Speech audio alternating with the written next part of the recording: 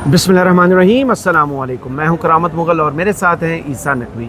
नकवी साहब, 12 जुलाई को supreme court ने मखसूस नशिस्तों के केस का फ़ैसला सुनाया, जिसमें उन्होंने कहा कि पीटीआई सियासी जमात थी और है। 39 लोगों के नोटिफिकेशन जारी किए गए कि ये पीटीआई के MNAs हैं, जबकि बाकी 41 को कहा गया कि आप 15 दिन के अंदर अंदर बयान हल्फी जमा करा दें। उन 15 दिन की डेडलाइंस का आज आखिरी वर्किंग डे है। क्या पीटीआई पार्लियामेंट की या कौमी असम्बली की सबसे बड़ी पार्लिमानी जमात बनने जा रही है? देखें, अभी तो बड़े इफ्स एंड बट्स हैं, अभी इश्क के इम्तिहान और भी हैं। सही, क्योंकि आज से ऑनवर्ड जो आप विटनेस कर सकते हैं, मुमकिन तौर पर वो सिंध हाउस किस्त नंबर 2 होगी। सही। सिंध हाउस किस्त नंबर 1 आपको याद होगा। किस्त नंबर 1 ये थी कि 8 मार्च को नो कॉन्फिडेंस मोशन आया, उसके बाद पीटीआई के कुछ MNAs गायब हो गए और कुछ वक्त के बाद पता चला कि वो राजा रियाज की, नूर आलम खान की क़यादत में सिंध हाउस में मौजूद हैं। कोल्ड ड्रिंक्स पिए जा रहे हैं, मज़े की ज़िंदगी गुजार रहे हैं। वहाँ पर जनाब फिर एक एहतजाज वगैरह भी हुआ था। लेकिन इस दफ़ा जो खेल है वो थोड़ा सा डिफरेंट हो रहा है। सही। जिस किस्म के मुतालबात रखे जा रहे हैं इन 41 लोगों के सामने, ऑफ़र्स रखी जा रही हैं, जहाँ पर हम बैठकर वीडियो रिकॉर्ड कर रहे हैं, ये G6 इस्लामाबाद है जी। इसके 15 किलोमीटर के रेडियस में शुनीद है, अफवाहें हैं, चैमगोइयाँ हैं कि कोई ब्रीफ केस खुले हुए हैं। सही। और चाल ऐसी चली जा रही है जो बाजी पलट देगी। बज़ाहिर तहरीक इंसाफ को उस तरह का नुकसान नहीं होगा, लेकिन ये आपको कुछ वक्त के बाद पता चलेगा कि वो काम कितना डैमेजिंग था। राइट।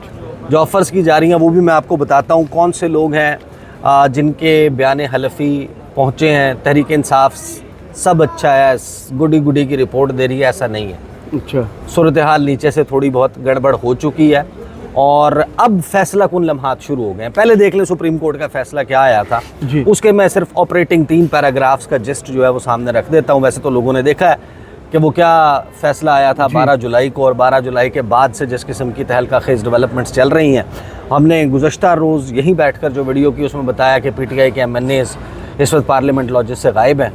अब आप उनको पीटीआई का कहेंगे ना नहीं कहेंगे, ये भी आपको हम बताते हैं कि क्या आपको कहना पड़ सकता है मुमकिन तौर पर।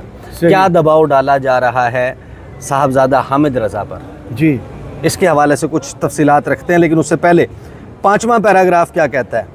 वो ये कहता है कि जो आइन का आर्टिकल 51 है उसके पैराग्राफ D और E क्लॉज 6 का, उसके पर्पसेस को अगर जहन में रखा जाए और आर्टिकल 106 आइन का उसकी प्रोविजंस को जहन में रखा जाए, तो पाकिस्तान तहरीक इंसाफ थी और है एक सियासी जमात जिसने नशिस्तें जीती जनरल सीट्स कौमी असम्बली में, सूबाई असम्बलियों में 2024 के इलेक्शंस में।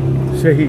6वां पैराग्राफ ये कहता है कि समात के दौरान और जो इंस्टेंट अपील्स आई उसके दौरान ये पता चला learned council of commission Sikandar Bashir Mohammad, उन्होंने कोर्ट के सामने एक लिस्ट रखी 80 कैंडिडेट्स की नेशनल असम्बली के, जो कि अब MNAs हैं, और उनमें 3 कॉलम्स में ये बताया गया कि इन्होंने कौन से डॉक्यूमेंट्स जमा करवाए थे जब ये इलेक्शन लड़ रहे थे।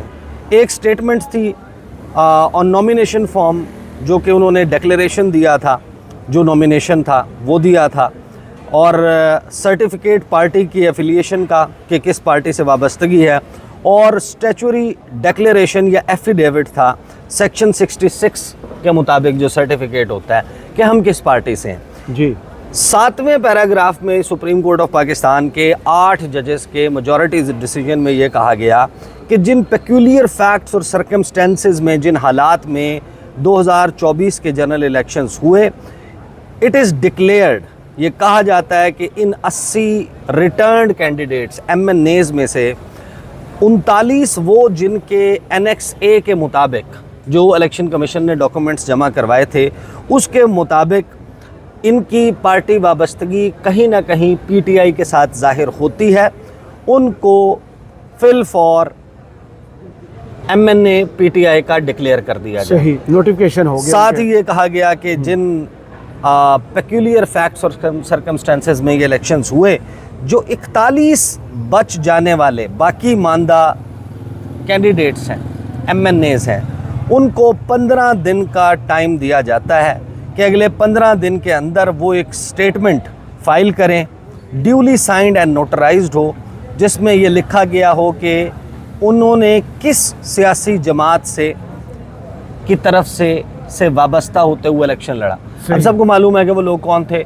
उन लोगों ने अपने कैंपेन किसके नाम पर चलाई, इमरान खान के नाम पर चलाई, उनके बैनर्स के ऊपर, उनकी सोशल मीडिया पर कैंपेन के ऊपर, व्हाट्सएप मैसेजेस के ऊपर वोट तो मांगा गया था इमरान खान के नाम से। इलेक्शन तो उन्होंने जान पर खेल के लड़ा। लेकिन सुप्रीम कोर्ट ने कह दिया कि अब ये 41 कैंडिडेट हैं, इनसे पूछ लें, ये अपने एफिडेविट और अपने वो जमा करवा दें स्टेटमेंट। अगर ये कहते हैं कि हम इस जमात से लड़े थे तो इस जमात के हो जाएंगे, उससे लड़े थे तो उस जमात के हो जाएंगे।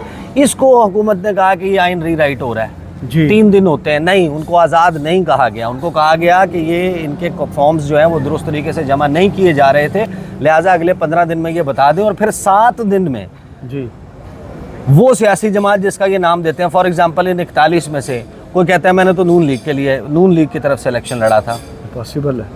हाँ, कोई स्टेटमेंट दे देता है, कोई स्टेटमेंट ये दे देता है कि मैंने तो पीपल्स पार्टी से लड़ा था या सुन्नी इत्तेहाद काउंसिल से लड़ा था, मैंने पीटीआई से नहीं लड़ा था। तो फिर अगले 7 दिन के अंदर वो जमात जिसके मुतल्लिक उसने दावा किया है, उसने बताना है कि हाँ ये मेरा कैंडिडेट है, बड़ी, और फिर उसका नोटिफिकेशन अकॉर्डिंगली होगा। अब आप अपने जहन में ये तमाम फैक्ट्स रखते हुए कहानी सुने जी हो क्या रहा है। देखिए, कुछ चीज़ें हमने आपको बताई कल जब हम यहाँ पे वीडियो कर रहे थे कि किस किस्म का दबाव है, क्या क्या कहा जा रहा है, को वीडियोस भी आ सकती हैं, ऑडियोस भी आ सकती हैं, लेकिन अब दबाव भी है, रिवाइवल ऑफ 9th में दबाव भी है। कुछ लोगों के बारे में ये भी कहा जा रहा है कि उनको ओहदों की लालच भी है और कुछ लोगों को पैसे भी ऑफ़र हुए हैं। सही, ये क्लेम है, ये उन लोगों का क्लेम है जो ये कह रहे हैं। तहरीक इंसाफ भी ये क्लेम कर रही है, लेकिन किया क्या जा रहा है और उसकी वजूहात बड़ी इंटरेस्टिंग है।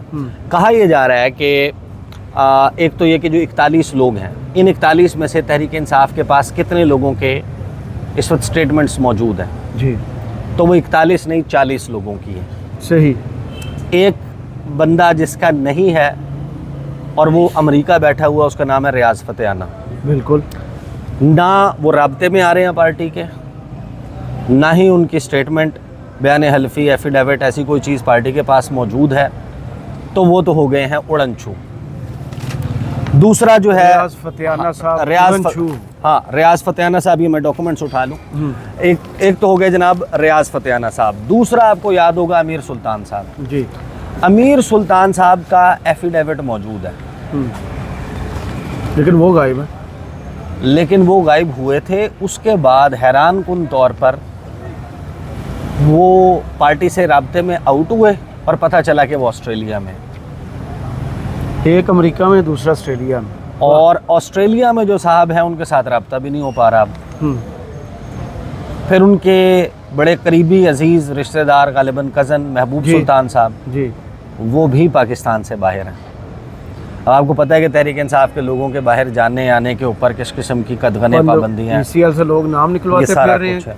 लेकिन मैं सबसे ज़्यादा हैरान इस बात पर हुआ जब मुझे कुछ MNAs ने ये बताया कि उनसे ये नहीं कहा जा रहा कि आप इमरान खान से बगावत कर दें। अच्छा, फिर उनसे बिल्कुल ये मुतालबा नहीं किया जा रहा कि आप इमरान खान का साथ छोड़ दें, आप इमरान खान का नारा लगाना छोड़ दें, आप इमरान खान की बात करना छोड़ दें। नहीं, उनसे कहा यह जा रहा है कि आप जो कर रहे हैं आप करते रहें, सही, लेकिन आप अपने जो एफिडेविट दे रहे हैं या जो आप स्टेटमेंट जमा करवा रहे हैं उसमें ये मत लिखें कि हम पीटीआई के कैंडिडेट थे, हमें डर लगता है। उसमें कहें कि हम सुन्नी इत्तेहाद काउंसिल के MNAs हैं। 13 लोग हैं जिनके ऊपर ये दबाव मौजूद है। सही, 13 लोगों को कहा जा रहा है कि आप लोगों ने सुन्नी इत्तेहाद काउंसिल ज्वाइन करनी है, पाकिस्तान तहरीक इंसाफ ज्वाइन नहीं करनी।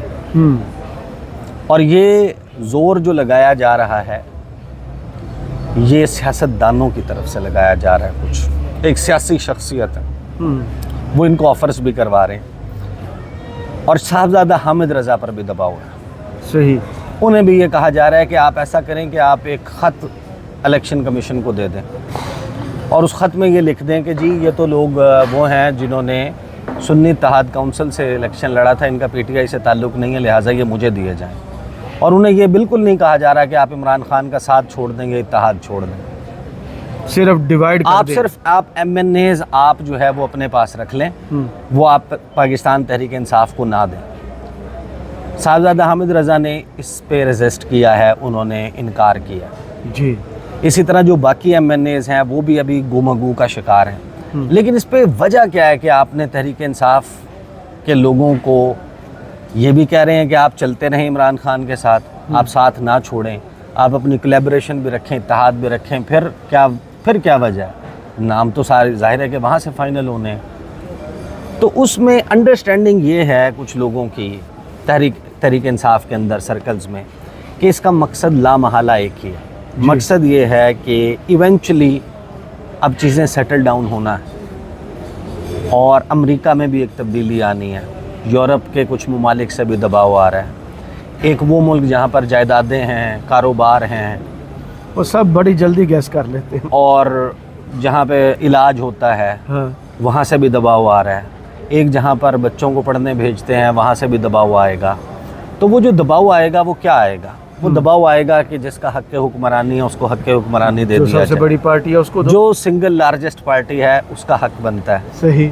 तो यहाँ पर जब सुप्रीम कोर्ट में मामला सेटल होने के बाद, जब अपनी मर्ज़ी और मंशा से MNAs डिक्लेयर होने के बाद, नंबर गेम में टेबल के ऊपर ये मौजूद होगा कि ये PTI के नहीं, ये सुन्नी इत्तेहाद काउंसिल के हैं, तो सिंगल लार्जेस्ट पार्टी कौन होगी?